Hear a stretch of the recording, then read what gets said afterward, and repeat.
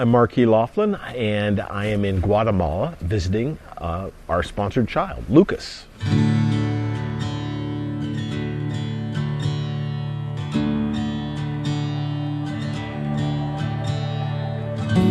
Food for the Hungry's Christian relief organization that just does an amazing job of discipling children and transforming communities from the inside out. It's hard for us to imagine people doing so much with the little resources that they have. We're in America, we think we don't have very much, and then we go to a third world country and we see people doing incredible things and achieving things and giving their lives to serve other people and just being these spiritual giants.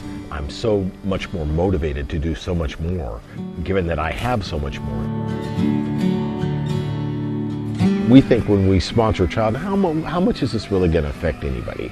And we have no idea what they're able to do with that. It's incredible. And it's just duplicated in that whole discipleship process, from discipling the kids to discipling the moms. The ripples of that just keep going. They share everything they learn, and it changes not only their life, but their family's life, but other families. It just keeps going, and that's what really hit me this time. The women's group, they got together and started saving money, and they make micro loans available to everybody in the group. That was so impressive, I thought, as a community. You know, the ability to be able to borrow to fulfill your dreams or to make the next step, they enabled each other to be able to do that.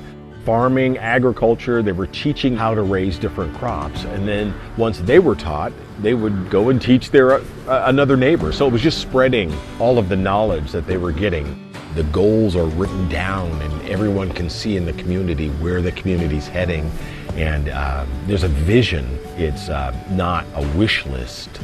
You know, it's a comprehensive vision of a transformation, and they were such good stewards. I was kind of envious of that.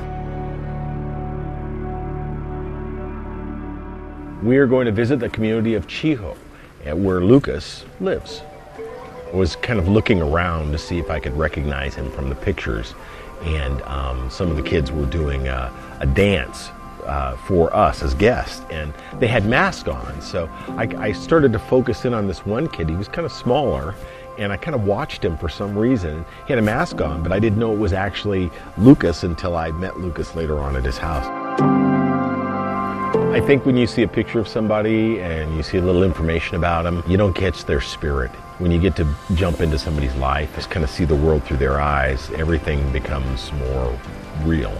I was surprised to kind of be impressed by his maturity and character. He was about to turn 12 years old, but he was very wise for his age, which I'm kind of amazed at. When we sponsor a child, we fill that child and that family, the child's family, with hope that they can actually obtain their dreams. And hope is the fuel, that's what we all live off of.